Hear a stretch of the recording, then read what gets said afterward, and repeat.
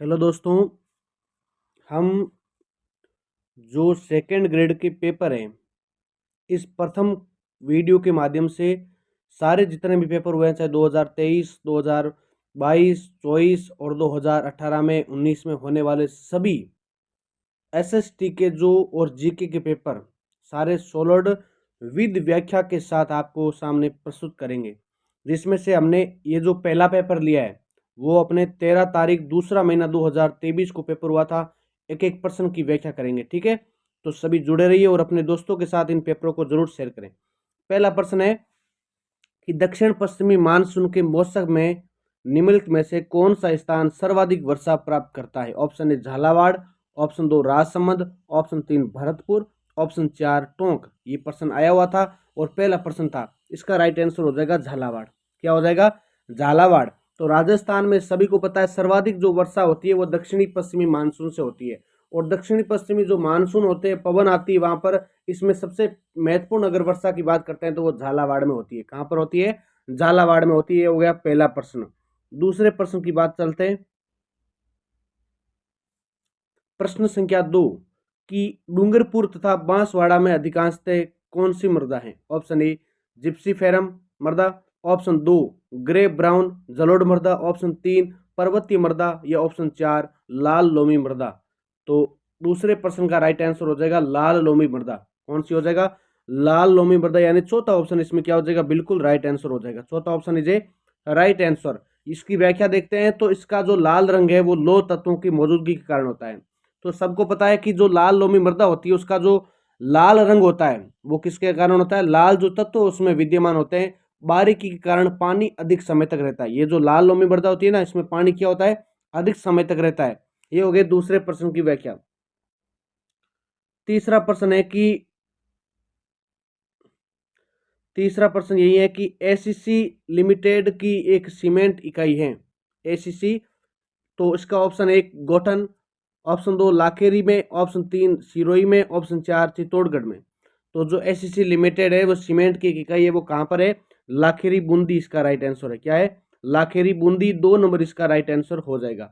तो सबको पता है कि राजस्थान में सीमेंट की जो फैक्ट्री सर्वप्रथम क्लिक निक्सन द्वारा, इसकी व्याख्या की बात कर रहा हूँ, क्लिक निक्सन द्वारा 1915 में लाखेरी बूंदी में स्थापित की गई दोस्तों। और कब की गई? 1915 में। ये भी आपको याद होना चाहिए कि 1915 में इसकी क्या हो गई थी? स्थापना हो गई थी। क्लिक किसके द्वारा? क्लिक निक्सन के द्वारा। और राजस्थान में सीमेंट उत्पादन में देश का प्रथम स्थान भी किसका है? राजस्थान का है। नेक्स्ट चौथे प्रश्न की ओर चलते हैं।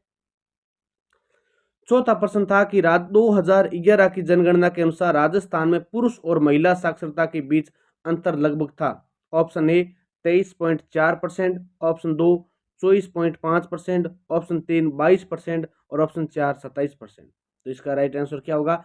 साक्षरता कितनी है? तो साक्षरता दी दोस्तों 66.1%, जबकि पुरुष में आते हैं तो 79.2 और महिला में 52.1।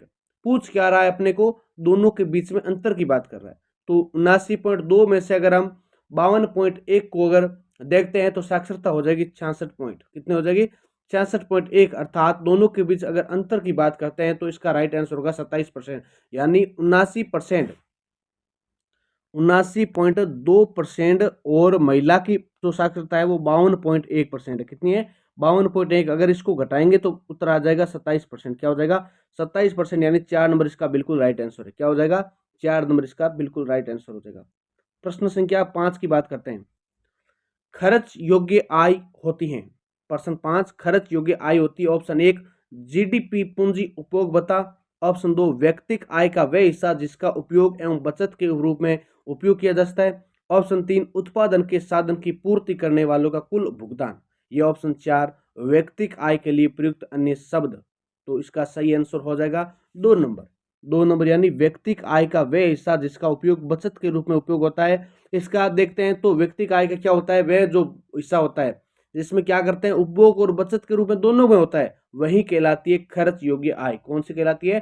खर्च योग्य आय कहलाती है। ये हो गया अपना कौन सा प्रश्न? 5 नंबर। नेक्स्ट प्रश्न की बात करते हैं। 6 नंबर प्रश्न है।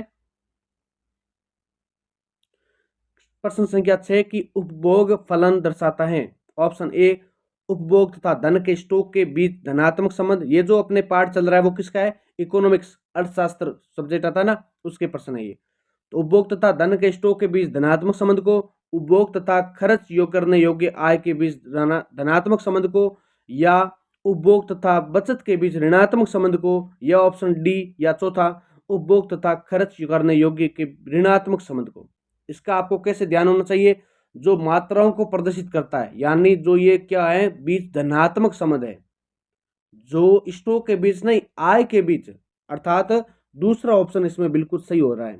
उपभोग तथा खर्च करने योग्य आय के बीच जो धनात्मक संबंध होता है, इसका बिल्कुल सही आंसर हो जाएगा। ये 6 नंबर का जवाब। 7 नंबर प्रश्न है, बेलाग्राम मुद्रास्फीति संबंधित हैं। बेलाग्राम मुद्रास्फीति संबंधित ऑप्शन 1 एक देश से अन्य देशों के बीच मुद्रास्फीति का फैलना, ऑप्शन 2 मुद्रास्फीति की दर में कमी, ऑप्शन 3 अत्यधिक मुद्रास्फीति के काल जिसमें दरें 50% प्रति माह से अधिक हो, या ऑप्शन 4 मुद्रास्फीति की वह अवधि जिसमें कीमतें 25% दर तक गिरती रही हो।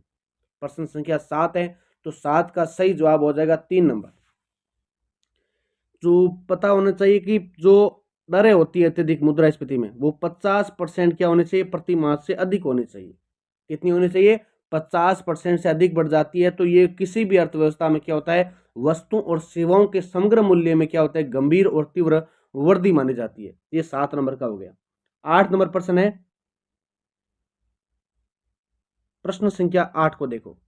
जब कच्चे माल की लागत में वृद्धि हो जाती तो अन्य बातें यथावत रहने पर, प्रश्न ध्यान से सुने, जब कच्चे माल की लागत में क्या हो जाती है? वृद्धि हो जाती है तो अन्य बातें यथावत रहने पर प्रतिवक्र बाईं ओर विवर्तित हो जाता है। दूसरा, प्रतिवक्र दाईं ओर विवर्तित हो जाता है। यह ऑप्शन 3 बाजार कीमत कुछ भी हो उत्पादन में वृद्धि हो जाती है। तथा पूर्ति वक्र ऊपर की ओर विवर्तित हो जाता है। यह ऑप्शन 4 उत्पादन में कमी हो जाती है तथा बाजार कीमतें में भी क्या हो जाती है? कमी हो जाती है। इसका राइट आंसर होगा 8 नंबर का 1 नंबर। 1 नंबर बिल्कुल इसका सही जवाब है कि पूर्ति वक्र बाईं ओर विवर्तित हो जाता है। किस तरफ हो जाता है? बाईं ओर विवर्तित हो जाता है। जैसे ये ऐसा कोई वक्र होता है, इसमें क्या होता है? ये इस प्रकार से बाईं ओर विवर्तित हो जाता है इस तरफ से। ठीक है, ये हो जाएगा इसका। प्रश्न संख्या 9 को देखो।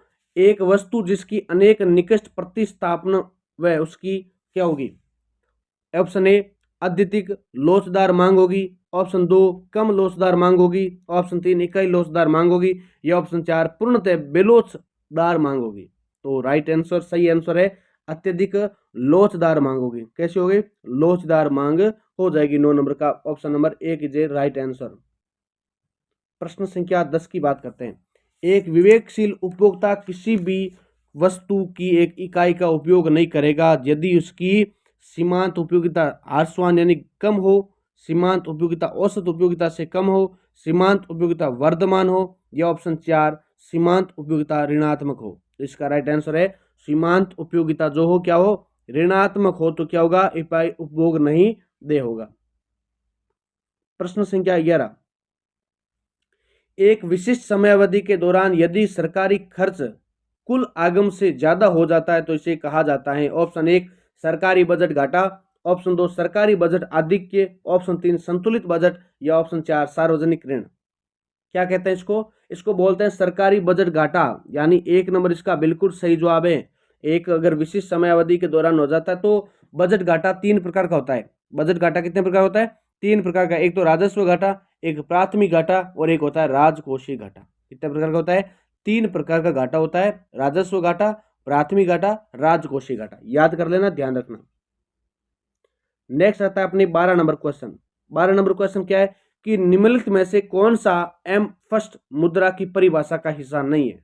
M1 मुद्रा की परिभाषा का हिस्सा नहीं है। ऑप्शन 1 पेपर करेंसी, ऑप्शन 2 सिक्के, ऑप्शन 3 सावधि जमा, ऑप्शन 4 चेक जारी करने तथा डेबिट करने योग्य खाते। तो सही जवाब इसका क्या हो जाएगा? सही जवाब इसका हो जाएगा सावधि जमा। 3 नंबर क्या हो जाएगा?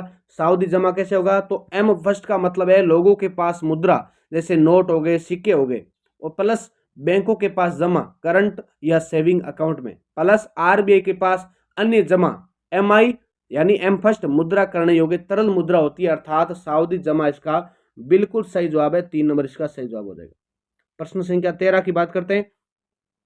जमा मुद्रा गुणक 5 होगा जब नगद कोष अनुपात 10% होगा। ऑप्शन 2 नगद कोष अनुपात 20% होगा। ऑप्शन 3 नगद कोष अनुपात 50% या अतिरिक्त रिजर्व 500% होगा। तो सही जवाब इसका हो जाएगा 20%।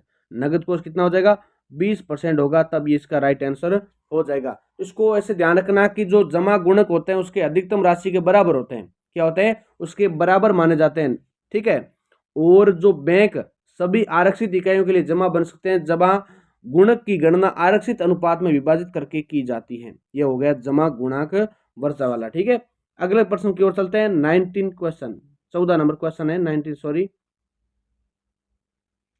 14 नंबर क्वेश्चन है कि यदि अर्थव्यवस्था अपने आर्थिक संसाधनों का अलग उपयोग कर रही है तो केंद्रीय बैंक को करना चाहिए। ऑप्शन 1 विनियोग खर्च को हतोत्साहित। ऑप्शन 2 समग्र मांग को बढ़ाने के लिए मुद्रा पूर्ति में वृद्धि। ऑप्शन 3 मुद्रा की पूर्ति में कमी। ऑप्शन 4 समग्र मांग में कमी करने हेतु मुद्रा की पूर्ति में कमी। तो 14 नंबर प्रश्न का होगा 2 नंबर, यानी समग्र मांग को बढ़ाने के लिए मुद्रा पूर्ति में क्या करनी चाहिए अपने को? वृद्धि। वृद्धि किस प्रकार कर सकते हैं ये भी आपको पता होना चाहिए कि मुद्रा पूर्ति में अपने को वृद्धि करनी महत्वपूर्ण है। अगले प्रश्न की ओर चलते हैं। 15 नंबर 15 नंबर प्रश्न है कि प्रति दृश्य में जो अवलोकन सर्वाधिक बार आता है। ऑप्शन 1, दोबारा देखो प्रश्न को, प्रति दृश्य में जो अवलोकन सर्वाधिक बार आता है, बहुलक, मध्यमिका, समानांतर माध्य या परमाप विचलन। परमाप विचलन। देखते हैं इसका सही जवाब। तो इसका सही जवाब हो जाएगा बहुलक। बहुलक क्या आता है? एक से अधिक बार इसकी आवर्ती होती है। अगले प्रश्न की बात करते हैं। 16 नंबर प्रश्न, प्रश्न संख्या 16, 13 संख्याओं का समानांतर माध्य 24 है। यदि प्रत्येक संख्या में 3 जोड़ा दिया जाए तो नया समानांतर माध्य क्या होगा? Option 1 25, option 2 27, option 3 21, option 4 24। तो राइट आंसर इसका क्या हो जाएगा? पता होना चाहिए। इसका राइट आंसर होगा 27। क्या हो जाएगा? 27। कैसे होगा 27? तो जो 13 संख्याओं का माध्यम है अपने को बता रहे हैं 24। कितने बता रहे हैं? 24। जबकि प्रत्येक में 3 जोड़े होते हैं। प्रत्येक में 3 जोड़ों का बोल रहे हैं, ठीक है। 3 जोड़ों को एक बार साइड में ले लो। 3 जोड़ों को 24 उल्टा, अगर 24 इंटू अगर हम 13 करते हैं, यानी 13 संख्याओं का जोड़ा है ना, तो 24 इंटू 13 करते हैं तो आता है 312। कितना आता है? 312 आता है। और 312 के बाद में हम बात करते हैं 312 प्लस अगर 13 को 3 से करते हैं, फिर 13 3 39, यानी 3 का जोड़ा है ना, तो 13 इंटू 3 और कर दो तो ये 39 हो जाएगा। 39 प्लस अपने को बता रहे 312, ये 312 प्लस 39 करेंगे तो उत्तर आएगा अपने 351। कितना आ जाएगा? 351। 351 आएगा। और 351 को आप भाग दे देना कितने से? अपने को भाग देना है 13 से। 351 क्योंकि कितनी संख्याओं का योग है? 13 संख्याओं का। अगर अपने एक का याद किया है तो 351 में अगर हम 13 का भाग देंगे तो उत्तर आ जाएगा अपने पास 27। क्या आ जाएगा? 27 उत्तर आ जाएगा अपने पास। ये हो गया इसका सही जवाब। साफ कर देता हूं इसको। कुल मिला के इस हिसाब से अपना राइट आंसर क्या हो जाएगा? राइट आंसर हो जाएगा 27। क्या हो जाएगा? 27 बिल्कुल इसका सही जवाब है। देखो विश्लेषण कर रहे हैं अपने। प्रश्न है 17 नंबर, यदि बहुलक तथा माध्य क्रम से 30 तथा 35 दिए हुए हों तो मध्यमिका को ज्ञात करो। Option A 32, option 2 19, option 3 33.33, option 4 75। तो राइट आंसर होगा 33.33, यानी आगे संख्या नेक्स्ट नहीं आएगी। मध्य का बहुलक का मतलब देखो, दोबारा इसको व्याध्य करेंगे। माध्य कितना दे रखा है? 35 दे रखा है। कितना दे रखा है? 35। जबकि माध्य दे रखा है कितना? 30। नहीं, बहुलक दे रखा है 30, माध्य दे रखा है 35। तो 3 मध्यमिका 2 माध्य, अर्थात बहुलक प्लस 2 माध्य बटा 3 करेंगे तो 30 प्लस 35, 30 प्लस 35 को गुणा कर देंगे 2 से, ऐसे आ जाएगा। 35 को 2 से गुणा कर दिया तो इस हिसाब से आ जाएगा 30 प्लस 70। 35 इंटू 2 कर लिया, 70 आ गया।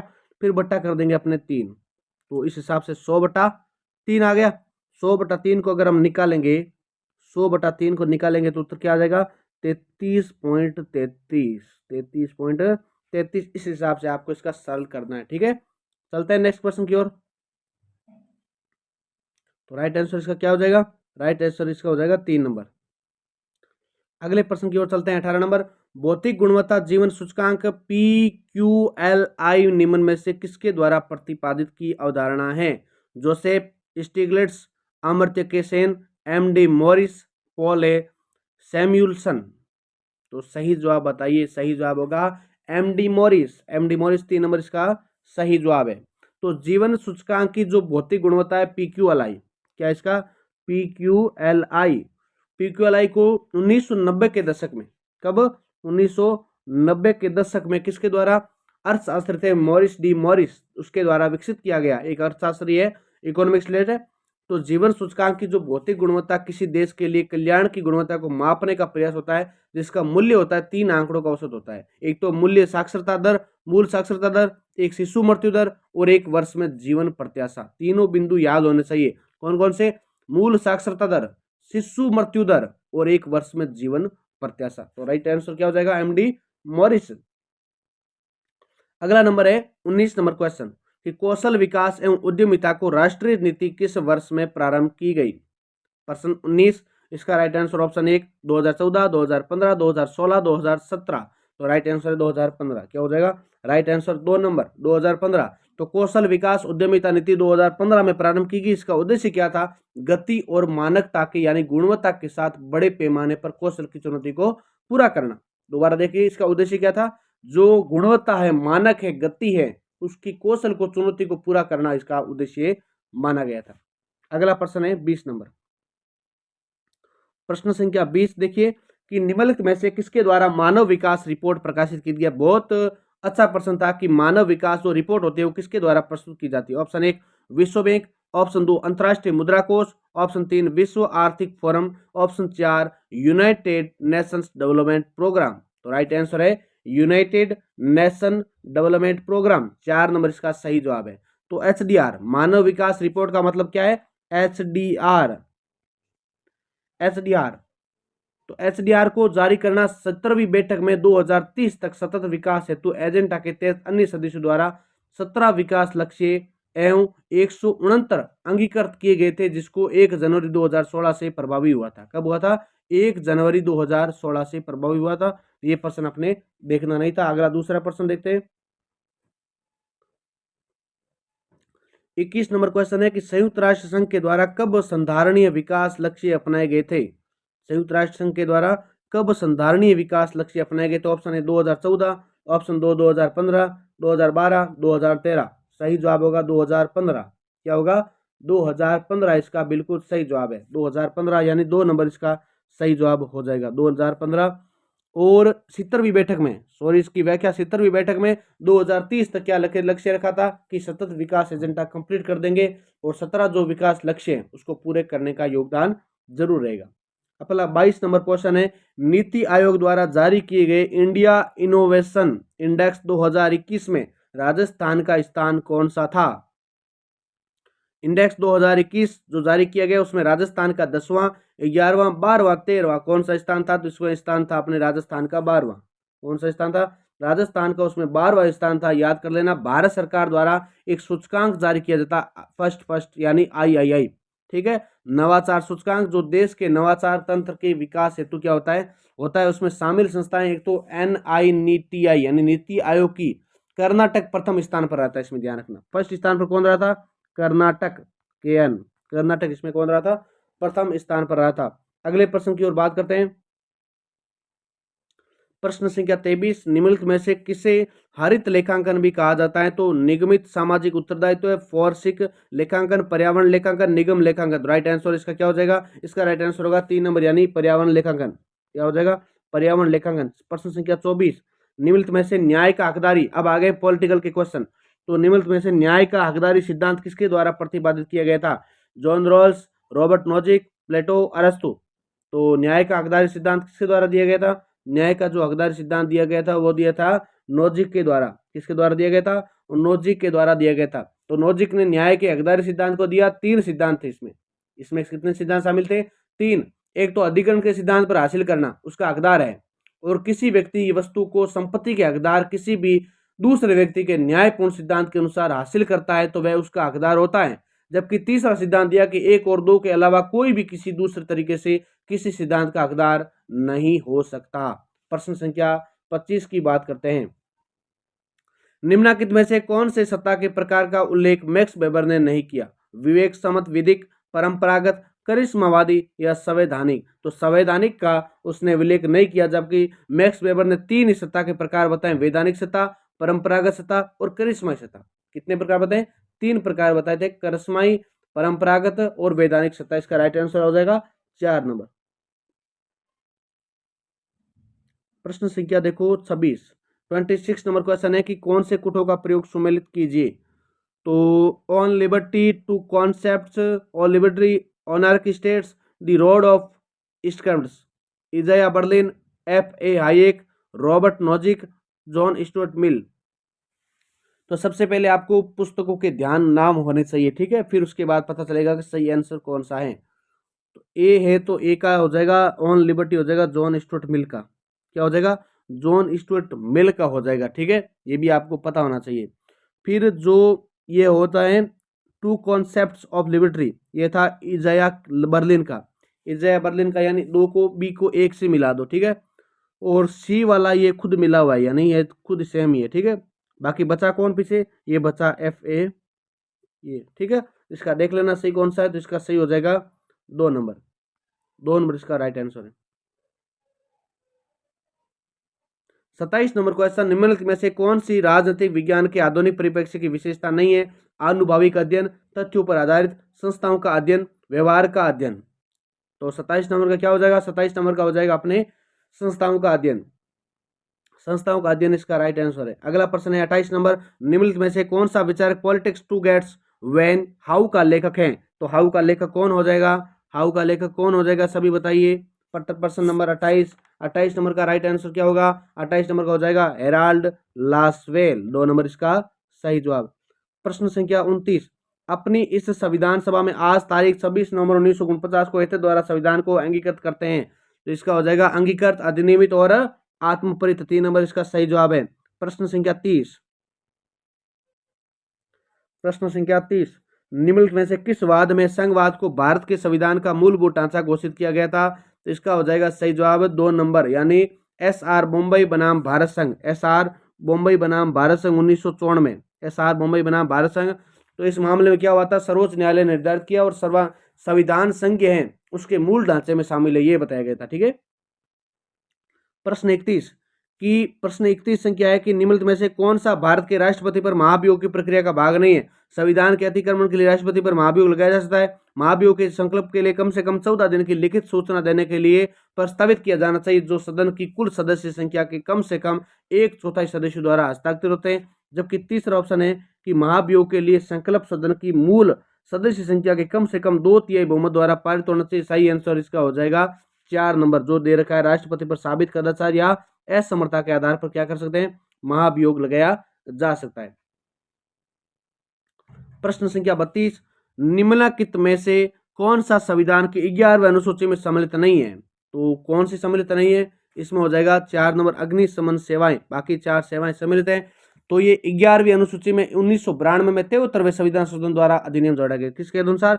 73वां जो संविधान संशोधन हुआ था उसके द्वारा 11वीं अनुसूची जोड़ी गई थी। और उसमें कितने विषय जोड़े गए थे? 29 विषय जोड़े गए थे, ये भी आपको पता होना चाहिए। 29 विषय इसमें जोड़े गए थे 11वीं अनुसूची के अंतर्गत। प्रश्न संख्या 33 नंबर प्रश्न है कि निम्नलिखित में से कौन सा अनुच्छेद राज्य को पिछड़े हुए नागरिकों के किसी वर्ग के पक्ष में जिसका प्रतिनिधित्व राज्य की राय में राज्य के अधीन सेवाओं में पर्याप्त नहीं है, नियुक्तियों या पदों के आरक्षण के करने के लिए उपबंध करने की अनुमति प्रदान करता है? अनुच्छेद 1 16(3), 16(4), 16(4) के, 15(4). सही जवाब इसका कौन सा हो जाएगा? सही जवाब होगा इसका 2 नंबर, यानी 16(4). क्या हो जाएगा?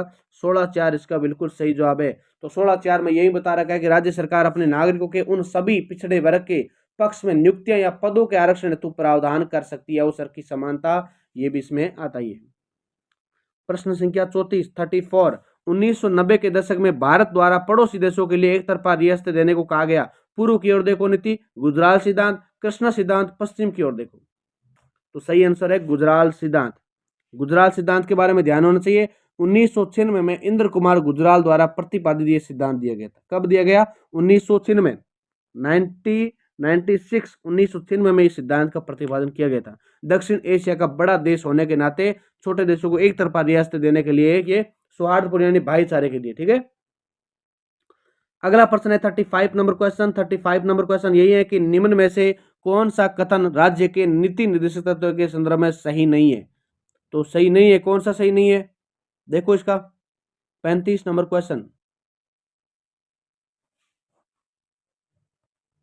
ऑप्शन ए, ये सामाजिक आर्थिक विकास में सहायक हैं। इन्हें राज्य के अधिकारियों के नैतिक उपदेश के आयरलैंड के संविधान से लिया गया लागू करना कानूनी दायित्व है। तो सही नहीं, कौन सा नहीं है, ये चौथा हो जाएगा, क्योंकि लागू करना कानूनी दायित्व नहीं है, नैतिक दायित्व बताया गया है। ठीक है, अगला प्रश्न है 36 नंबर क्वेश्चन, 1962 के युद्ध के बाद किस भारतीय प्रधानमंत्री ने पहली बार चीन की यात्रा की? लाल बहादुर शास्त्री, इंदिरा गांधी, राजीव गांधी या मोरारजी देसाई? तो राजीव गांधी के द्वारा क्या की गई थी, पहली बार चीन की यात्रा की गई थी। और ये सिर्फ देश के 6 प्रधानमंत्री हैं वर्तमान में, देश के 6 प्रधानमंत्री जिन्होंने चीन की यात्रा की। एक तो जवाहरलाल नेहरू, जयललिता, राजीव गांधी, नरसिम्हा राव, अटल बिहारी वाजपेयी, मनमोहन सिंह जी और अपने देश के प्रधानमंत्री वर्तमान जो कि नरेंद्र मोदी, उन्होंने 6 प्रधानमंत्रियों ने किसकी की है, चीन की यात्रा की। याद कर लेना, आंकड़ा प्रश्न पूछ सकता है अगली बार, 6 प्रधानमंत्रियों के द्वारा। प्रश्न संख्या 37, निम्नलिखित में से कौन सा एक पंचशील का सिद्धांत नहीं? एक दूसरे की क्षेत्रीय अखंडता को संप्रभुता, अनाक्रमण, आक्षेप, या कौन सा हो जाएगा चौथा? तो इसका सही जवाब होगा 4 नंबर, अंतरराष्ट्रीय विवादों का मध्यस्थता का निपटारा करना। ये क्या है, सिद्ध पंचशील सिद्धांत नहीं है। पंचशील सिद्धांत 5 ध्यान होना चाहिए। पंचशील सिद्धांत 29 अप्रैल 1954 को भारत और चीन के द्वारा हस्ताक्षरित एक समझौता हुआ, जिसके अंतर्गत ये पंचशील समझौता माना गया था। पहला समझौते की बात कर लेते हैं 500, तो सदस्य देशों द्वारा अन्य देशों के क्षेत्रीय अखंडता और प्रभुसत्ता का सम्मान करना, दूसरे देश के आंतरिक मामलों में हस्तक्षेप नहीं करना यानी टांग नहीं अड़ाना, दूसरे देश पर आक्रमण नहीं करना, परस्पर सहयोग और लाभ को बढ़ाना, शांतिपूर्ण से अस्तित्व की नीति का पालन करना, ये थे पंचशील सिद्धांत, जिसमें से ये चौथा स्थान नहीं था। अगला 38 नंबर क्वेश्चन कौन सा है कि संयुक्त राष्ट्र सुरक्षा परिषद में प्रथम बार निषेधाधिकार का प्रयोग किस संदर्भ में किया गया था? सीरिया एवं लेबनान से विदेशी सेनाओं की वापसी, तिब्बत में चीनी दखल, संयुक्त राष्ट्र में चीन की सदस्यता, बर्लिन की नाकेबंदी। 38 नंबर का हो जाएगा 1 नंबर, यानी सीरिया एवं लेबनान में विदेशी सेनाओं का वापसी। ठीक है, 1 नंबर इसका राइट आंसर है। प्रश्न संख्या 39, संयुक्त राष्ट्र सुरक्षा परिषद में महत्वपूर्ण विषयों पर निर्णय के लिए 9 सदस्यों के वोट के साथ इसका सही आंसर होगा 39 का। 39 का कौन सा आंसर हो जाएगा, देख लीजिए 39 का 2 नंबर इसका सही आंसर है, महाशक्ति मतक्य। यूएनएससी के स्थायी सदस्य देशों को प्राप्त अधिकार वीटो पावर कहलाता है। क्या कहलाता है, वीटो पावर कहलाता है। अगला प्रश्न है कि न्यायशीता परिषद ने किस दिनांक से अपना कार्य स्थगित कर दिया था? 10 दिसंबर 1996, 1 नवंबर 1993, 93, 10 दिसंबर 1994 या 1 नवंबर 1994? तो राइट आंसर इसका चौथा, 1 नवंबर 1994। क्या हो जाएगा, 1 नवंबर 1994। प्रश्न 41 तक पहुंच चुके हैं। संयुक्त राष्ट्र संघ के महासचिव को उनके कार्यकाल के कालानुक्रम के अनुसार व्यवस्थित करो। ट्रिग्वेली, हेमसोल्ड, थूसाट, कुर्त, वाल्सिम। इसका सही आंसर सीधा कर लो आप, 1 नंबर ABCD, यानी चारों एकदम क्रम से हैं। चारों ही क्या है, क्रम से हैं बिल्कुल। 1 नंबर के बाद 2 नंबर, 2 के बाद 3, 3 के 4, 4। ठीक है, सही आंसर हो जाएगा 1 नंबर। 42 नंबर क्वेश्चन है, निम्नलिखित में से कौन सा कथन विश्व बैंक से संबंधित नहीं है? विश्व बैंक की स्थापना 1944 में हुई, या ऑप्शन 2 बिल्कुल सही ऑप्शन है ये। ऑप्शन 2, विश्व बैंक का मुख्यालय वाशिंगटन DC में, ये भी कथन बिल्कुल सही है। मूलतः ये विकसित देशों की सहायता के लिए स्थित हुई है, ये कथन गलत हो रहा है, ये कथन गलत हो रहा है। विश्व समय के क्रम में विश्व बैंक पुनर्निर्माण विकास की ओर केंद्रित है, ये भी चौथा सही है। इसका राइट आंसर होगा तीसरा। अगला 43 नंबर क्वेश्चन है कि एक क्रिकेट मैच का समाजशास्त्रीय परिप्रेक्ष्य से अध्ययन करने के लिए निम्न पहलुओं में से किसे सम्मिलित किया जाना चाहिए? भौतिक परिस्थितियां, लागत लाभ, या अंत्यक्रिया प्रतिमान, या प्रबंधन आयाम? इसका राइट आंसर होगा अंत्यक्रिया प्रतिमान। क्या हो जाएगा, अंत्यक्रिया प्रतिमान। गुणात्मक व्याख्या के आधार पर ये बताया गया है। प्रश्न 44, निम्न में से कौन सा पत्र एलेक्स इंक्लेस ने हार्ट इज सोशियोलॉजी में नहीं बताया है? ऐतिहासिक, आनुभाविक, विश्लेषणात्मक, संरचनात्मक? तो इसका हो जाएगा संरचनात्मक। क्या हो जाएगा, संरचनात्मक इसका बिल्कुल सही जवाब है। अगला प्रश्न है 45 नंबर क्वेश्चन। 45 नंबर क्वेश्चन क्या है कि दुर्खिम के अनुसार समाजशास्त्र के 3 मुख्य भाग हैं, निम्न में से कौन सा इसका भाग नहीं है? सामाजिक स्वरूप शास्त्र, सामाजिक शरीर शास्त्र, सामान्य समाजशास्त्र, या सामाजिक स्थितिकी?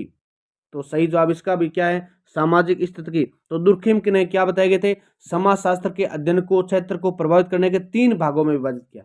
एक तो सामाजिक आकार की, एक बताया सामाजिक आकार की, सामाजिक शरीर विज्ञान और सामाजिक समाजशास्त्र।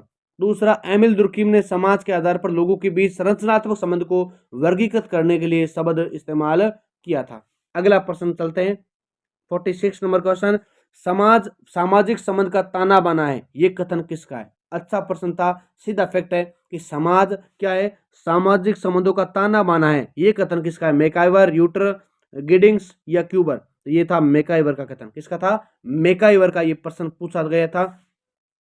अगला प्रश्न है 47 नंबर, निम्नलिखित में से कौन सा प्रदत्त परिस्थिति के निर्धारण का आधार नहीं है? लिंग भेद, आयु भेद, जन्म, राजनीतिक सत्ता। तो सही जवाब होगा राजनीतिक सत्ता। प्रदत्त परिस्थिति के आधार पर क्या नहीं है? निर्धारण नहीं है। तो वे भी पता होना चाहिए, परिस्थिति में किसी व्यक्ति को समाज में या समाज के अन्य सदस्यों द्वारा स्थिति के आधार पर दी जाती है और प्रदत्त परिस्थिति कहलाती है। क्या कहलाती है? प्रदत्त परिस्थिति। ये जन्म से किसी भी सामाजिक समूह में हो सकती है। भेद, आयु भेद, नातेदारी, वर्ण भेद, लिंग भेद, अन्य प्रकार इसके माने जाते हैं, जबकि राजनीतिक सत्ता इसका कोई भी प्रकार नहीं है। अगला प्रश्न है 48 नंबर क्वेश्चन, निम्न में से कौन सी प्राथमिक समूह की विशेषता नहीं है? शारीरिक सामित, छोटा आकार, स्थिरता, सीमित संचार। सीमित संचार इसका बिल्कुल भी क्या नहीं है? विशेषता नहीं है। तो आपको विशेषता भी ध्यान होनी चाहिए कि प्राथमिक समूह में क्या आते हैं? घनिष्ठ संबंध होते हैं, व्यक्ति समरूप कार्य करता है, जैसे पारस्परिक निकट संबंध हो गए, छोटा आकार हो गया, अनौपचारिक संबंध हो गए, सहयोग का भाव हो गया, हम की भावना होती है, जबकि इसमें मैं की भावना बिल्कुल भी नहीं होती है। ये होता है प्राथमिक समूह, ये गौण समूह में आता है। अगला प्रश्न है 49 नंबर क्वेश्चन, अगस्त कोंटे ने सामाजिक परिवर्तन के 3 स्तरों का उल्लेख किया है, निम्न में से कौन सा नहीं है? आध्यात्मिक, साधक, धार्मिक या प्रत्यक्ष? आध्यात्मिक, साधक, धार्मिक, प्रत्यक्ष। तो हो जाएगा इसका साधक। क्या हो जाएगा? साधक इसमें से नहीं था। जबकि अगस्त कोम्टे ने 3 त्रिस्तर के नियम बताए, मस्तिष्क और सामाजिक संगठन को 3 अवस्थाओं में बांटा है, जबकि 3 स्तर कौन से हो गए? एक तो आध्यात्मिक, धार्मिक और एक प्रत्यक्ष। आध्यात्मिक, धार्मिक और प्रत्यक्ष 3 अवस्थाएं इसने बताई है। प्रश्न 50, निम्न में से कौन सा कारक जाति व्यवस्था में परिवर्तन के लिए उत्तरदायी नहीं है? पाश्चात्य शिक्षा, आधुनिक आवागमन के साधनों का प्रभाव, नवीन व्यवसाय का प्रभाव, जजमानी संबंध। जजमानी संबंध, तो इसका हो जाएगा जजमानी संबंध हो जाएगा, उत्तरदायी तो नहीं है। अगला प्रश्न क्या है 51 नंबर, अवकाश वर्ग का सिद्धांत किसने दिया? अगला प्रश्न बहुत अच्छा है, अवकाश वर्ग का सिद्धांत किसने दिया? Tawney, Ginsberg, Veblen, Pareto. किसने दिया था? तो इसने दिया था वेबलिन के द्वारा दिया गया था अवकाश वर्ग का सिद्धांत। अगला प्रश्न है 52 नंबर, प्रोफेसर धुरी के अनुसार वर्ण शब्द का अर्थ निम्न में से किससे संबंधित है? वर्ण, रंग, जाति, समूह, विद्वता। तो ये रंग से संबंधित है। किससे संबंधित है? रंग से। वर्ण शब्द का अर्थ किसने बताया? प्रोफेसर धुरी ने बताया था। अगला प्रश्न है 53 नंबर, भारत में जाति के संबंध में निम्न से कौन सा कथन सत्य है? जाति में खुलापन है, जाति संस्तरण का आधार है, जाति बहिर्वादी समूह है, जाति की सदस्यता अर्जित की जाती है। तो इसका राइट आंसर हो जाएगा 2 नंबर, जाति संस्तरण का आधार एवं अनुष्ठानिक है। ये कथन सत्य हो जाएगा। प्रश्न संख्या 54, निर्धनता का कारण परम पूंजीपतियों द्वारा श्रमिकों का शोषण है, ये कथन किसका है? मार्क्स, डुर्खिम, माल्थस या गिलिन? तो हो जाएगा गिलिन का। आर गिलिन ने क्या बताया था? इंग्लैंड की परिस्थितियों के आधारित ये कथन दिया था। अगला प्रश्न है टी के ओमन ने सांप्रदायिकता के निम्न में से किस आयाम का उल्लेख नहीं किया? आत्मसात करने वाला का, कल्याणकारी, अलगाववादी, विशिष्टतावादी। तो हो जाएगा इसमें विशिष्टतावादी। चौथा क्वेश्चन इसके सही हो जाएगा टी के ओमन का। अगला प्रश्न है 56 नंबर क्वेश्चन, कौन सी एक भारतीय समाज के लिए समकालीन सामाजिक समस्या नहीं है? सांप्रदायिकता, आतंकवाद, प्रजातंत्रवाद, क्षेत्रवाद। इसका हो जाएगा प्रजातंत्रवाद ऐसी समस्या नहीं है, जबकि सांप्रदायिकता है, आतंकवाद है, क्षेत्रवाद, ये तीनों समस्याएं मानी जाती है, जबकि इसमें चौथी समस्या नहीं है। अगला प्रश्न है 57 नंबर क्वेश्चन कौन सा है कि निम्न में से किसका संबंध जनसंख्या वृद्धि की समस्या से नहीं है? एड्स की समस्या, खाद्यान्न की कमी, आवास की कमी, बेरोजगारी। कौन सा सही होगा इसमें? 57 नंबर क्वेश्चन को हो जाएगा इसमें एड्स की समस्या, इसका कोई भी संबंध किससे नहीं है? जनसंख्या वृद्धि से नहीं है। जबकि जनसंख्या वृद्धि में आपको पता होना चाहिए कि आवास की कमी होती है, खाद्यान्न की कमी होती है, बेरोजगारी, पर्यावरण का अनयन, गरीबी, जीवन स्तर में गिरावट, प्रदूषण, भूखमरी, अकाल, ये सब इसके क्या होते हैं? कारण माने जाते हैं। के.एम. कपाड़िया ने निम्न से किसको हिंदू विवाह का उद्देश्य नहीं माना? मोक्ष, प्रजा, रीति, धर्म। तो किसको नहीं माना है बताओ? इसका हो जाएगा मोक्ष को। मोक्ष का संबंध बिल्कुल भी विवाह हिंदू विवाह से नहीं है। ठीक है, अगला हो जाएगा 59 नंबर क्वेश्चन। जब विवाह के पश्चात पति पत्नी में से कोई भी एक दूसरे के पिता के घर निवास नहीं करते और स्वयं का नया घर बसाकर रहते हैं तो ऐसे परिवार को कहते हैं पितृस्थानीय, उभय स्थानीय, नव स्थानीय, रक्त संबंधी। क्या बोलते हैं इसको? नव स्थानीय, क्योंकि अगर पिता का घर छोड़ दिया, अगर नया घर बसाकर रह रहे तो उसको कहते हैं नव स्थानीय। 59 नंबर क्वेश्चन का आंसर ये हो जाएगा 3 नंबर। अगला 60 नंबर क्वेश्चन है, भारतीय समाज में कितने पुरुषार्थ है? बहुत आसान क्वेश्चन था। ऑप्शन है 2, 4, 5, 7। बिल्कुल कोई परेशान नहीं है, 4 पुरुषार्थ होते हैं। कितने होते हैं? 4 पुरुषार्थ होते हैं। कौन कौन से? धर्म, अर्थ, काम, मोक्ष। मनुष्य और समाज की उन्नति के लिए पुरुषार्थों का विधान किया गया, जिसमें 4 पुरुषार्थ: धर्म, धार्मिक और नैतिक लिए, अर्थ, समृद्धि और आर्थिक मूल्य, काम, खुशी, प्रेम, मोक्ष, मुक्ति या आत्मबोध होता है। अगला प्रश्न है 61 नंबर क्वेश्चन। निम्न में से किस आश्रम में घर को त्याग कर जंगल में तपस्या में जीवन व्यतीत करने की आशा जोड़ी जाती है? ब्रह्मचर्य, वानप्रस्थ, संन्यास या गृहस्थ आश्रम। इसका हो जाएगा वानप्रस्थ आश्रम। जब व्यक्ति क्या होता है, 4 प्रकार के आश्रम होते हैं: ब्रह्मचर्य, गृहस्थ आश्रम, वानप्रस्थ आश्रम, संन्यास आश्रम। जब व्यक्ति संविदा में मनुष्य की आयु को 100 वर्ष मानते हैं और 100 वर्षों में 4 भागों में बांटते हैं, उसमें से जब मनुष्य क्या होता है, अपने संसारिक जीवनों से गृहस्थ जीवन को पार करके क्या करता है, जीवन की ओर तपस्या करने के लिए जंगल में जाता है, तब होता है वानप्रस्थ आश्रम। पब्लिक का क्वेश्चन है 62 number question. Public administration in the a time of turbulence पुस्तक के संपादक कौन है? तो कौन हो जाएगा इसके संपादक? इसके हो जाएंगे अपने ड्वाइट वाल्डो। ड्वाइट वाल्डो इसका सही आंसर है, 1 नंबर। अगला क्वेश्चन है 63 नंबर क्वेश्चन। लोक प्रशासन में वे सभी कार्य आ जाते हैं जिनका उद्देश्य लोक नीति को पूरा करना अथवा क्रियान्वित करना, ये कथन किसका है? Woodrow Wilson, L D. White, W H. Willoughby, Simon Smithworth. तो इसका सही जवाब है L D. White. L D. White 2 number इसका बिल्कुल सही जवाब है। 2 नंबर इसका सही जवाब हो जाएगा। प्रश्न संख्या 64 नंबर क्वेश्चन। निम्नलिखित में से कौन सा नवीन लोक प्रशासन का उद्देश्य नहीं है? मूल्य, परिवर्तन, नैतिकता, प्रासंगिकता। तो सही जवाब है नैतिकता। नैतिकता क्या नहीं है? नवीन लोक प्रशासन का संवेदन नहीं है। नवीन में कौन आते हैं? तो प्रासंगिकता आते हैं, मूल्य आते हैं, सामाजिक समता आती है, जबकि परिवर्तन भी इसमें अंतर्गत आता है। अगला प्रश्न है 65। निम्न में से कौन सी एक गतिविधि पोस्ट कोरब, यानी इंग्लिश में भी आप देख लो POST CORB, पोस्ट कोरब के अंतर्गत नहीं आती? नीति बनाना, समन्वय करना, निर्देश देना, रिपोर्ट बनाना। तो कौन सा नहीं आता है? नीति बनाना इसके अंतर्गत नहीं आता है। जबकि नीति बनाना यानी पोस्ट कोरब, यानी P for planning, O for organisation, S for staffing, D for direction और CO यानी coordination, R for reporting, B for budgeting, ये होता है पोस्ट कोरब। अगला प्रश्न है 66 नंबर क्वेश्चन। निम्नलिखित में से कौन सी एक पुस्तक FW टेलर से संबंधित नहीं है? तो कौन सी संबंधित नहीं है? कौन सी नहीं है? General principles of administration. General principles of administration 3 number इसका सही जवाब है। दोस्तों आशा करता हूं आपको बहुत अच्छे से समझ में आ रहा होगा। आगे भी आप देखते रहिए, ऐसे सारे क्वेश्चन अपने सारे पेपर जितने भी हम परीक्षा में हल करेंगे। 67 नंबर क्वेश्चन है कि निम्नलिखित में से किसे व्यवहारवाद का जनक माना जाता है? David Easton, Chester Barnard, Herbert Simon, Robert Presthus. तो हो जाएगा इसका डेविड स्टन को क्या माना जाता है? व्यवहारवाद का जनक माना जाता है। किसका माना जाता है? व्यवहारवाद का जनक। 68 नंबर क्वेश्चन। निम्नलिखित में से चिंतकों में से किस एक संगठन में गैंग प्लांक की अवधारणा का किया गया था? लूथर गुलिक। इसका बिल्कुल क्या हो जाएगा?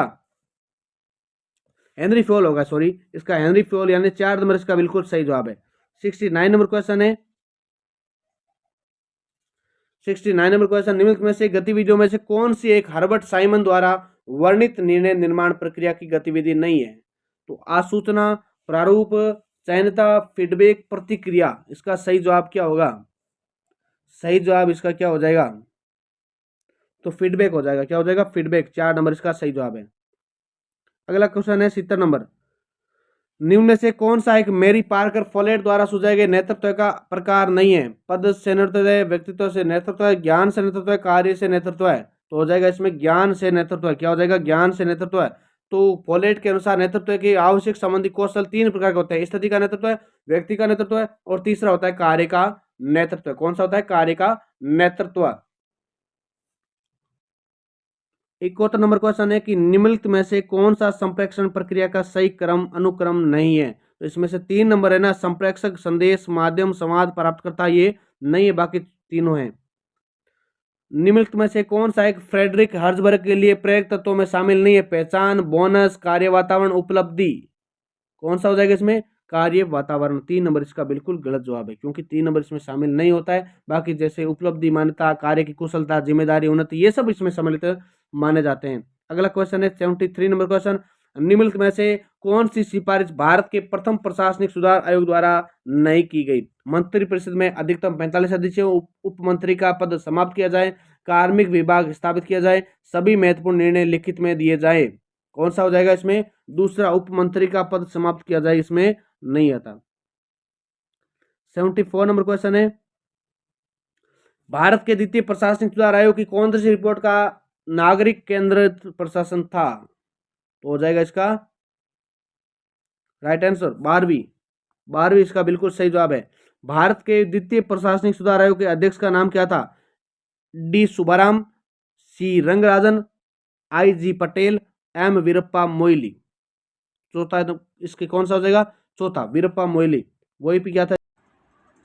प्रश्न संख्या 76 की बात करेंगे कि भारत में द्वितीय प्रशासनिक सुधार आयोग किस वर्ष गठित किया गया था।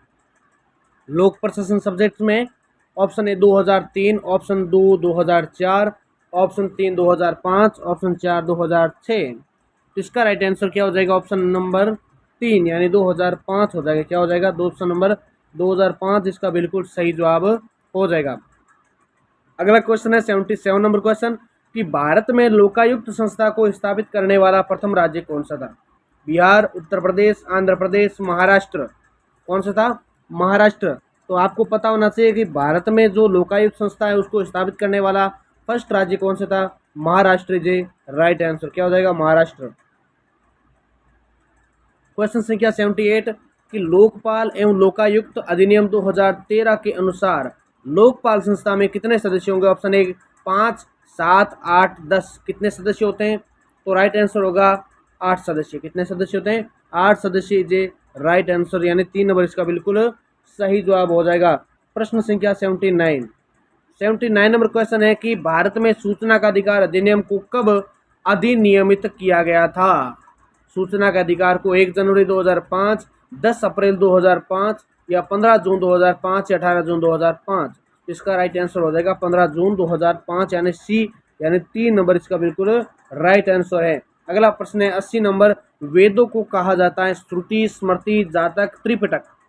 तो वेदों को क्या कहते हैं, वेदों को श्रुति साहित्य भी कहते हैं। वेदों को क्या बोलते हैं, श्रुति साहित्य कहा जाता है। ये आपको पता होना चाहिए कि वेदों को क्या बोलते हैं, श्रुति कहते हैं। वेद कितने हैं, तो वेद कितने हैं, वेद प्रमुख रूप से 4 हैं।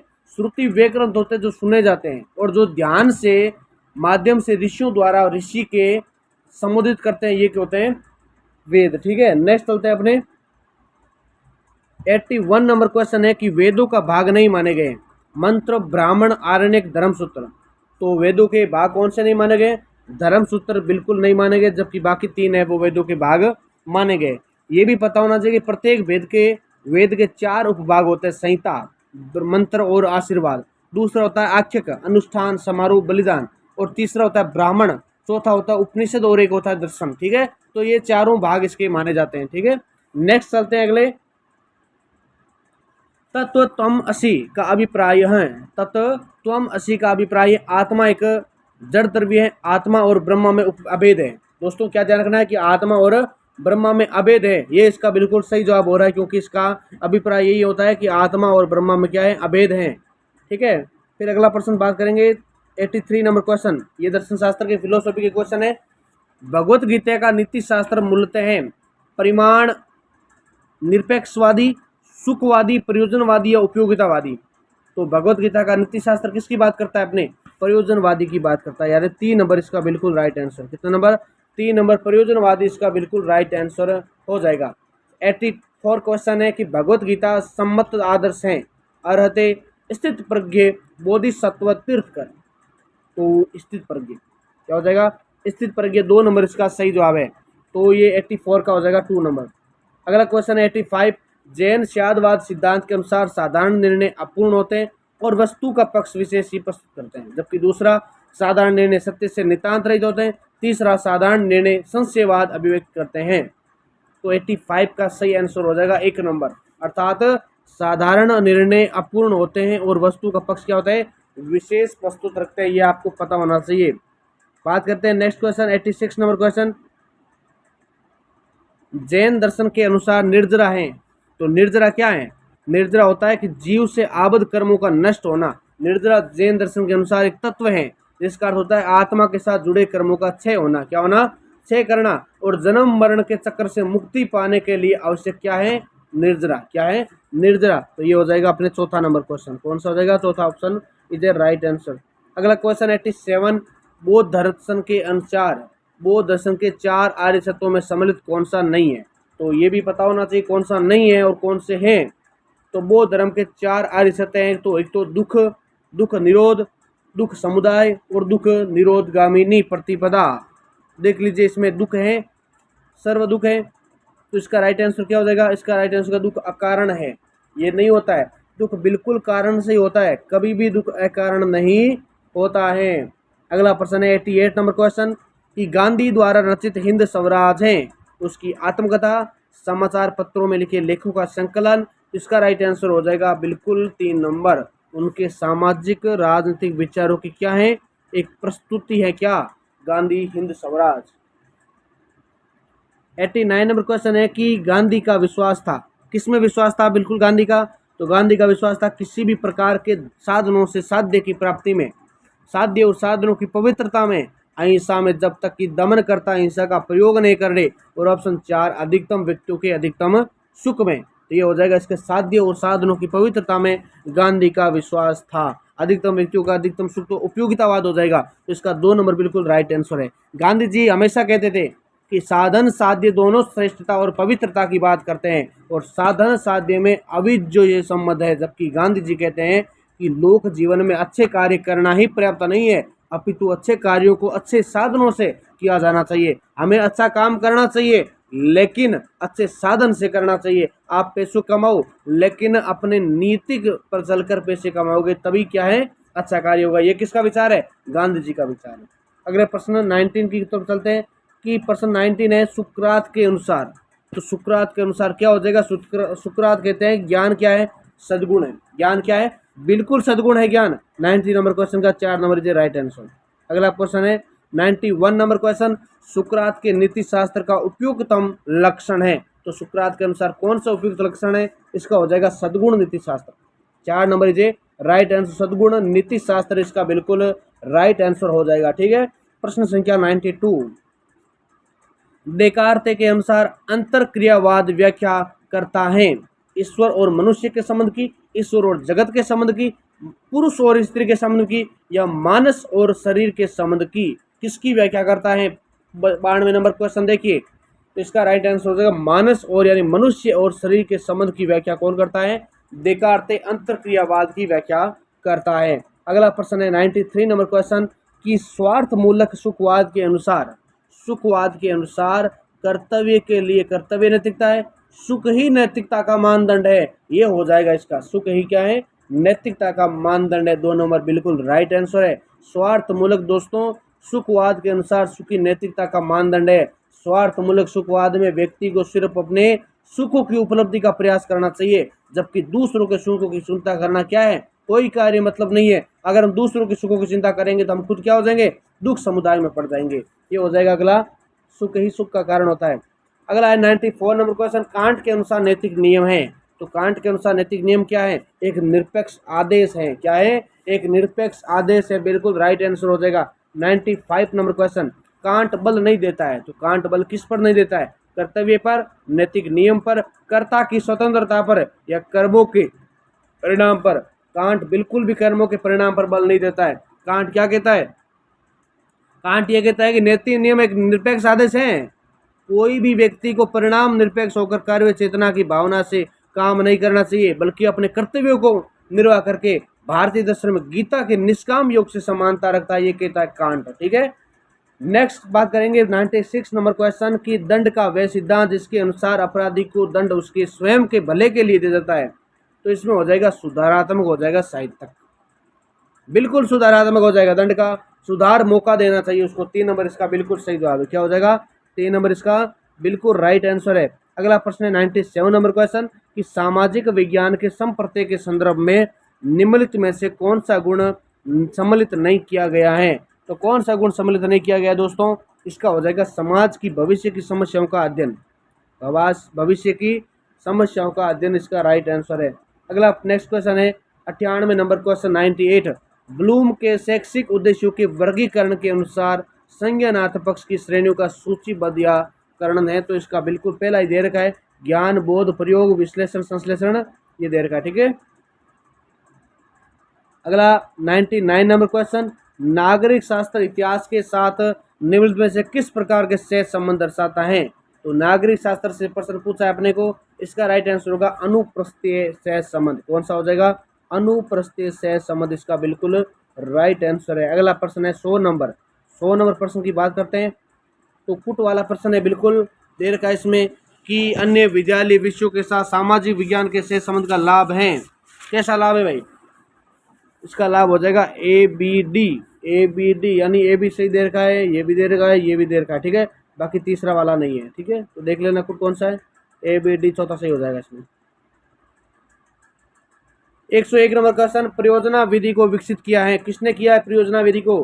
बिल्कुल किसने किया है? William W.H. किलपैट्रिक। किसने किया है? डब्ल्यू, देखो चारों में तीनों पर किलपैट्रिक आ रहा है, आपको कंफ्यूज नहीं होना है, आपको ये याद होना चाहिए कि विलियम W.H. किलपैट्रिक द्वारा परियोजना या प्रोजेक्ट विधि को विकसित किया, जिसमें शिक्षक मार्गदर्शक के रूप में कार्य करता है। और इसमें क्या होता है? विधि के अनुसार प्रत्यक्ष अनुभव करते हैं। क्या करते हैं? प्रत्यक्ष अनुभव किया जाता है। नेक्स्ट क्वेश्चन हो जाएगा इसमें राइट आंसर 2 नंबर। निम्नलिखित में से कौन सी शिक्षण विधि सामाजिक विज्ञान के अधिगमकर्ताओं में मानसिक योग्यता और वैज्ञानिक अभिवृत्ति का विकास करने में सहायक है? व्याख्यान विधि, सामाजिक अर्थ अभिव्यक्ति विधि, कहानी कथन विधि या समस्या समाधान विधि? और राइट आंसर है समस्या समाधान विधि। 4 नंबर इसका बिल्कुल सही जवाब हो जाएगा।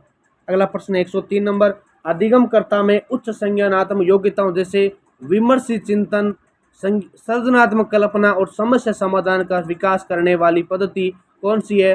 सामाजिक अभिव्यक्ति, क्षेत्र भ्रमण, भूमिका निर्वाह, मस्तिष्क उद्दोलन। तो मस्तिष्क उद्दोलन इसका राइट आंसर हो जाएगा। ये किसने कहा था? कि एलेक्स एफ ओर्सबोर्न द्वारा विकसित ब्रेन स्ट्रोमिंग यानी मस्तिष्क उद्दोलन विधि को एक ऐसी विधि बताए जिसमें समाधान हेतु विचारों का क्या होता है? स्फुटन किया जाता है और अधिगम को नए विचारों और नए समाधान हेतु क्या करते हैं? सजग करते हैं। इसका राइट आंसर हो जाएगा 4 नंबर। ठीक है। प्रश्न संख्या 104, निम्नलिखित में से कौन सी शिक्षण सामग्री अपनी प्रकृति में श्रव्य और दृश्य दोनों सामग्रियों में यानी दोनों में अपने को मिलती है? तो दूरदर्शन अपने को देखने में मिलती है, जबकि उसमें आवाज भी आती है। क्या आती है? आवाज भी आती है और दृश्य भी दिखाई देता है। ठीक है। अगला प्रश्न 105 नंबर, एडगर डेल के अनुसार अनुभव शंकु का आधार दर्शाता है? दृश्य प्रतीकों को, शाब्दिक प्रतीकों को, प्रत्यक्ष एवं प्रयोजनशील शब्दों को, नाट्य भागीदारी को? राइट आंसर प्रत्यक्ष और प्रयोजनशील अनुभवों को। 3 नंबर इसका बिल्कुल सही जवाब हो जाएगा। नेक्स्ट क्वेश्चन 106 नंबर, जब वास्तविक वस्तु का उसके विस्तृत आकार की वजह से कक्षा में उपयोग संभव नहीं हो तब कौन सी शिक्षण सामग्री उस वस्तु के स्थान पर सर्वाधिक उपयोगी होती? चार्ट, प्रतिमान, बुलेटिन बोर्ड या फोटो? राइट आंसर प्रतिमान, मॉडल। जब कोई अपने पास वस्तु है ही नहीं, कोई वास्तविक वस्तु है ही नहीं, उसकी जगह हम कक्षा में क्या कर सकते हैं? प्रतिमान, मॉडल बना सकते हैं। और वह सर्वाधिक उपयोगी होता है किसी छात्र को समझाने में, क्योंकि उसे सामाजिक दक्षता, व्यक्तिगत प्रतिभा और कौशल का और उसके संबंधी विशेषताओं को हमें बढ़ाने में क्या करता है? मदद करता है। नेक्स्ट प्रश्न है अगला 107 नंबर, राष्ट्रीय पाठ्यचर्या रूपरेखा 2005 के अनुसार सामाजिक विज्ञान का शिक्षक कक्षा में किस तरह कार्य करता है? सुगमकर्ता, तानाशाह, वाचक मित्र? किस प्रकार करता है? सुगमकर्ता की तरफ करता है, यानी 1 नंबर इसका बिल्कुल राइट आंसर हो जाएगा दोस्तों।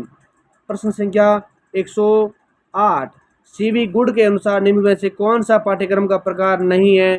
तो कौन सा प्रकार नहीं है? देख लीजिए, दक्षता केंद्रीय पाठ्यक्रम। किसका हो जाएगा? दक्षता केंद्रीय पाठ्यक्रम इसका राइट आंसर हो जाएगा।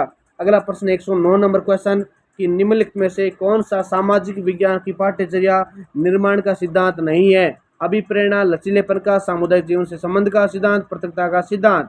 राइट आंसर इज कौन सा हो जाएगा? राइट आंसर पृथकता का सिद्धांत, यानी चौथा बिल्कुल इसका राइट आंसर हो जाएगा।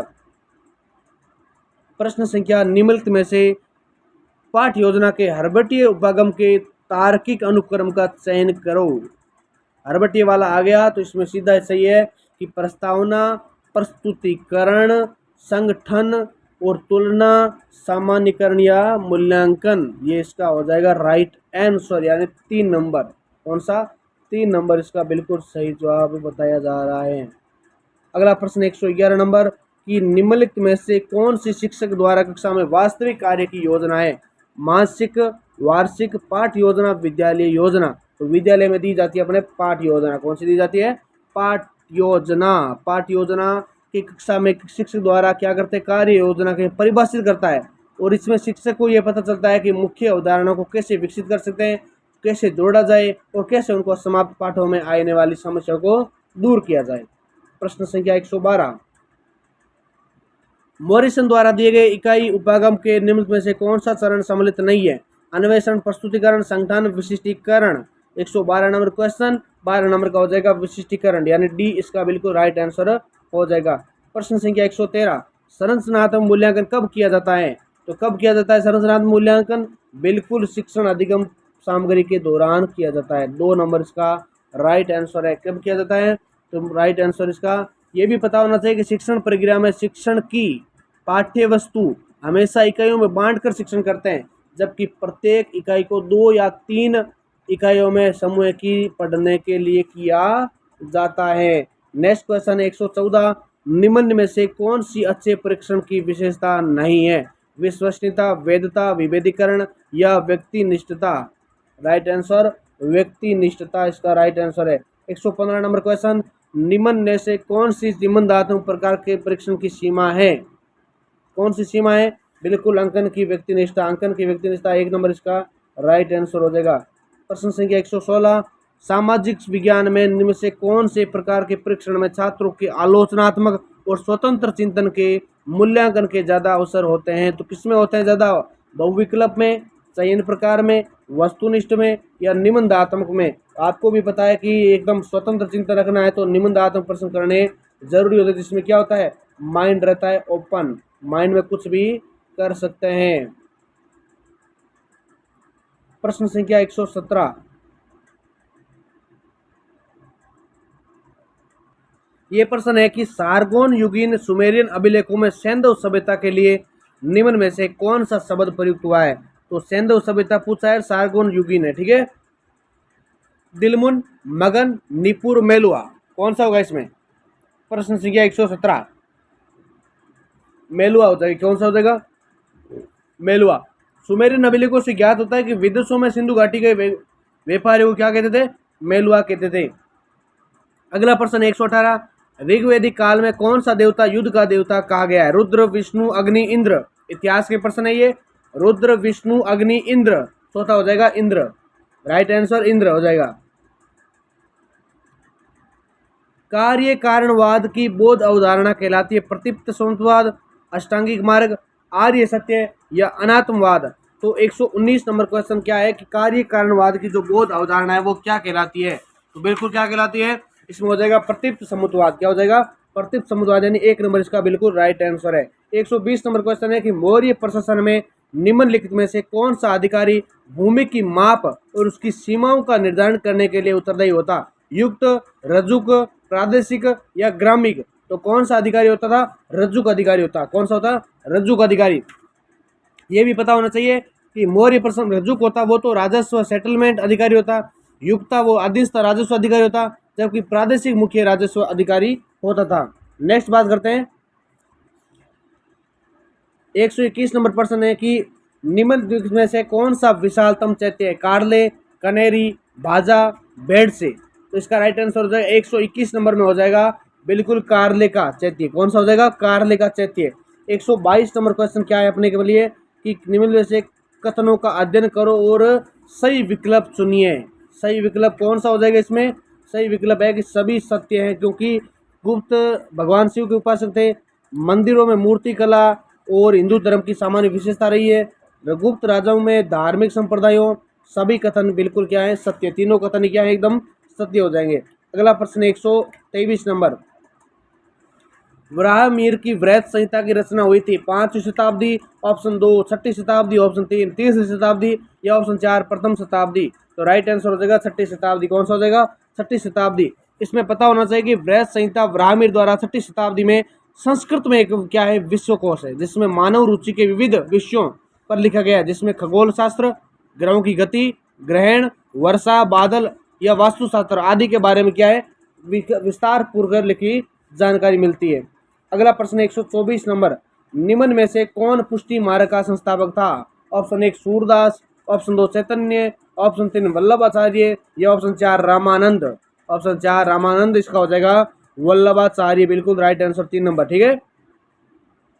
प्रश्न 125 कि कश्फ अल महजूब पुस्तक का लेखक कौन था? अल हुजवरी, अमीर खुसरो, जियाउद्दीन बर्नी या दोस्तों मलिक मोहम्मद। तो राइट आंसर हो जाएगा इसका अल हुजवरी, 1 नंबर इसका बिल्कुल राइट आंसर अल हुजवरी। 126 नंबर क्वेश्चन है कि मुगल शासक अकबर के समय निर्मित प्रथम इमारत कौन सी थी? ऑप्शन 1 हुमायूं का मकबरा, ऑप्शन 2 इलाहाबाद का किला, ऑप्शन 3 जोधाबाई का महल या ऑप्शन 4 पंचमहल। ऑप्शन 4 पंचमहल। इसमें से प्रथम इमारत कौन सी थी? बिल्कुल थी हुमायूं का मकबरा। हुमायूं का मकबरे का निर्माण कराया था हाजी बेगम द्वारा। किसके द्वारा करवाया गया था? हाजी बेगम द्वारा। और भारत में मुगल वास्तुकला का प्रथम उदाहरण कौन सा मिलता है अपने को? यही मिलता है। और इसको 1993 में, कब? 1993 में, 1900 याद कर लेना, 1993 में विश्व धरोहर स्थल में शामिल किया। जबकि भारतीय, फारसी और तुर्की स्थापत्य का शैली मिश्रण है। एक तो इंडियन है, एक प्लस कौन सी हो गई,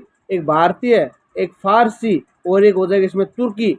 तीनों शैलियों का इसमें मिश्रण अपने को देखने को मिलता है। तो राइट आंसर इसमें हो जाएगा अपने हुमायूं का मकबरा। प्रश्न संख्या 127, शिवाजी ने निम्नलिखित में से किस मराठा प्रमुख से जावली पर विजय प्राप्त की थी?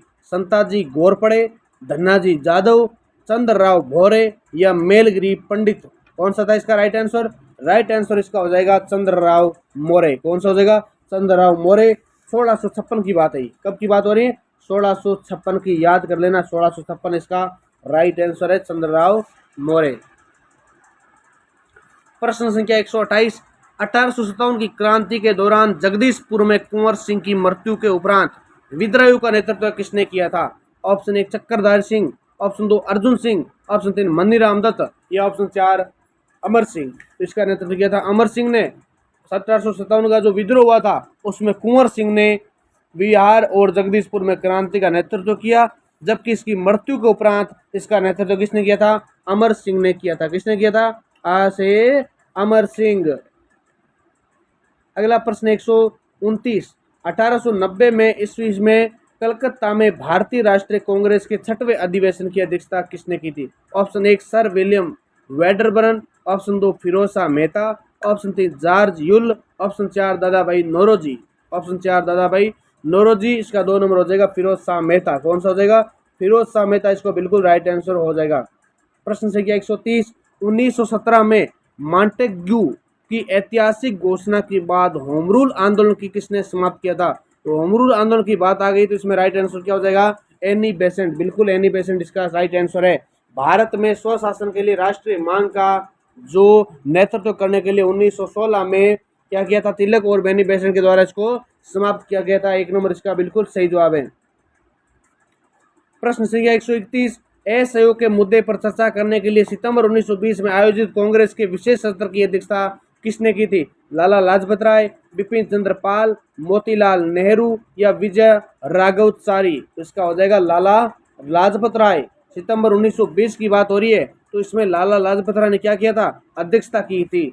अगला प्रश्न 132 नंबर क्वेश्चन, सविनय अवज्ञा आंदोलन के दौरान घरासना सत्याग्रह का नेतृत्व किसने किया था? Annie Besant, Sarojini Naidu, Sardar Patel, Motilal Nehru. इसका राइट आंसर होगा सरोजिनी नायडू। 2 नंबर इसका बिल्कुल सही जवाब है।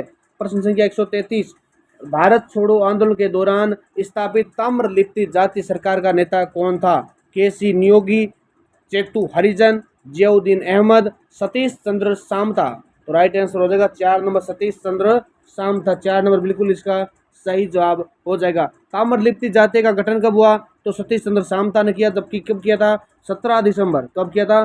17 दिसंबर 1942, कब किया था? 1942 इसका बिल्कुल राइट आंसर हो जाएगा। अगला प्रश्न 134 नंबर, अमेरिकी स्वतंत्रता संग्राम में जनरल वॉशिंगटन को महाद्वीपीय सेना का कमांडर किसने नियुक्त किया था? ऑप्शन ए प्रथम महाद्वीपीय कांग्रेस ने, द्वितीय महाद्वीपीय कांग्रेस, महाद्वीपीय सेना ने, या तृतीय महाद्वीपीय ने। तो राइट आंसर होगा 134 नंबर का बिल्कुल क्या जवाब हो जाएगा?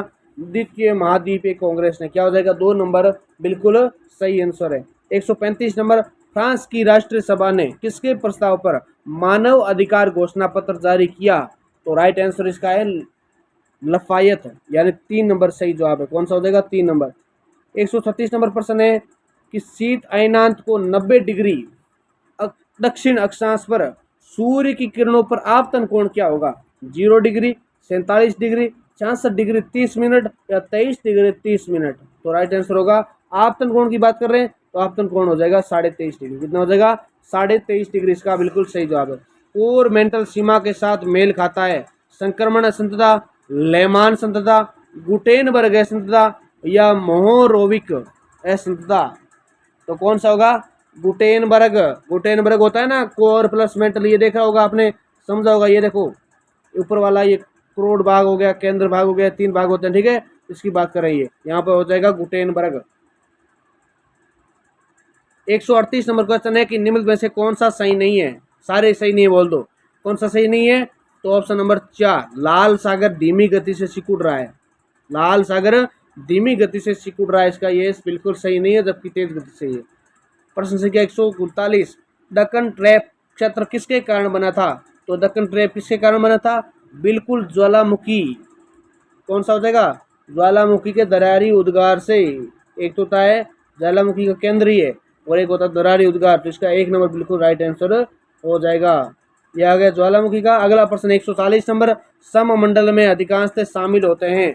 तो सममंडल में कौन कौन शामिल होते हैं बताइए? ऑप्शन 1, ऑप्शन 2, ऑप्शन 3 या ऑप्शन 4।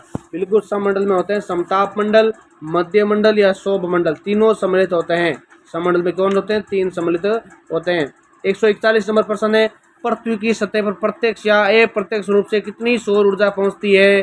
42%, 41% या 65% या 35%। Right answer is 51%। क्या हो जाएगा? 51% इसका बिल्कुल सही जवाब है।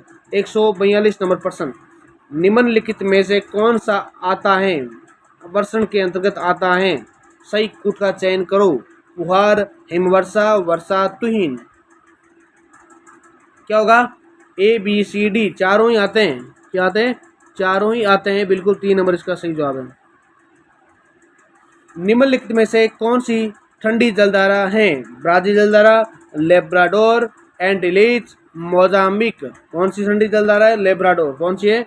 लेब्राडोर, यानी 2 नंबर इसका बिल्कुल राइट आंसर है। 144 नंबर क्वेश्चन, निम्नलिखित में से कौन सी प्रवाल भित्ति आकार में सबसे लंबी और चौड़ी होती है? फेरोस, तटीय प्रवाल भित्ति, प्रवाल दीपवल्ली एटाल, या अवरोधक प्रवाल भित्ति। तो राइट आंसर इसका कौन सा हो जाएगा?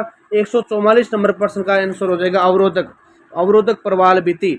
प्रवाल भित्ति को पढ़ लिया होगा कि ऐसे प्रवाल भित्ति जो महाद्वीपों और द्वीपों के तट से, ये महाद्वीप है और इसके जो ये तट होते हैं, यहाँ से क्या होते हैं, कुछ किलोमीटर दूरी पर तट के समानांतर विकसित होते हैं। क्या होते हैं? समानांतर विकसित होते हैं। और ये तट खुले सागर में, अब ये यहाँ पे सागर बना दिया अपने, खुले सागर में संपर्क में यातायात में क्या करते हैं? अवरोध पैदा करते हैं। क्या करते हैं?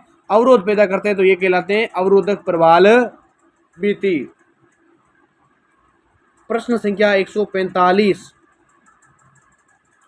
निम्नलिखित में से कौन सा दक्षिण से उत्तर की ओर सही क्रम व्यवस्थित है? जमाइए। ऐसा प्रश्न आता है परीक्षा में, बिल्कुल आता है सर। तो कौन सा उत्तर होगा इसका? राइट आंसर इसका होगा 3 नंबर, इलायची की पहाड़ियाँ, अन्नामलाई, पालघाट, नीलगिरी। 3 नंबर इसका सही जवाब है। प्रश्न संख्या 146, किस क्षेत्र में दक्षिण पश्चिमी मानसून से अधिकतम वर्षा की जाती है? दक्षिण पश्चिम राजस्थान वाला पहला प्रश्न भी आया है और ये प्रश्न भी आ चुका है। तो बताइए कौन से अधिकतम वर्षा होती है? मालवा क्षेत्र, थार मरुस्थल, कच्छ का रण, पश्चिमी घाट। कौन सा हो जाएगा इसका? इसका राइट आंसर होगा पश्चिमी घाट। कौन सा हो जाएगा? पश्चिमी घाट। प्रसिद्ध गरगोपा जलप्रपात किस नदी के द्वारा बनाया जाता है? प्रसिद्ध जो गरसोप्पा जलप्रपात है वो किस नदी के द्वारा बनाया जाता है? शरावती, काली नदी, भद्रा, बेरा, वैतरणा। तो शरावती नदी उसमें राइट हो जाएगा। कौन सा हो जाएगा? शरावती। अगला प्रश्न है 148, निम्नलिखित में से कौन सी मृदा लो ऑक्साइड, कौन सी बात करें? लो ऑक्साइड तथा एल्यूमिनियम यौगिकों के समझ से होती है, जिसकी कमी होती है सिलिका और चूने की? पीट मृदा, लाल मृदा, लेटेराइट मृदा, शुष्क मृदा। बताओ। राइट आंसर होगा लेटेराइट मृदा। क्या हो जाएगा? लेटेराइट मृदा। तो लेटेराइट मृदा का जो पीएच मान होता है कितना होता है? पीएच मान होता है 4 से 5.0, 4.0 से 5.0 तक क्या होता है इसका पीएच मान होता है। और ये कौवा के उत्पादन के लिए ये मिट्टी होती है काजू, के से काजू और के से कौवा, के से कौवा उत्पादन के लिए बहुत ही महत्वपूर्ण मिट्टी कौन सी होती है? लेटेराइट मिट्टी होती है। कौन सी होती है? लेटेराइट मिट्टी होती है। प्रश्न संख्या 149, निम्नलिखित में से कौन सा सूती वस्त्र केंद्र उत्तर प्रदेश का मैनचेस्टर के नाम से जानते हैं? कानपुर, मोदीनगर, आगरा, लखनऊ।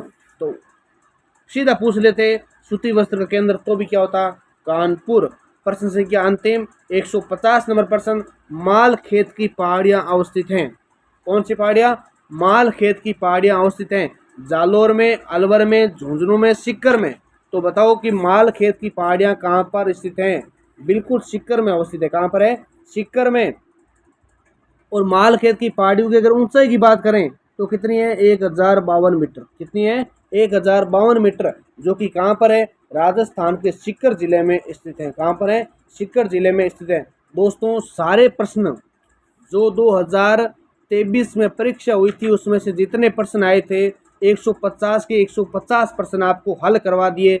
और इस पेपर अगले नेक्स्ट और पेपर देखने के लिए आप हमारे यूट्यूब चैनल को सब्सक्राइब करें और इस वीडियो को ज़्यादा से ज़्यादा लाइक और शेयर और कमेंट करें। ज़रूर बताइए कि आपको व्याख्या कैसी लगी और ये पेपर शानदार 150 नंबर का दिया, उसको आपके लिए बहुत बहुत धन्यवाद टाइम देखने के लिए। नेक्स्ट पेपर हम लेकर आएंगे जो कि 2022 का ही होगा या आप देखेंगे 2024 वाला सॉल्यूशन करवाएंगे। ठीक है, इसी के साथ जय हिंद, जय भारत।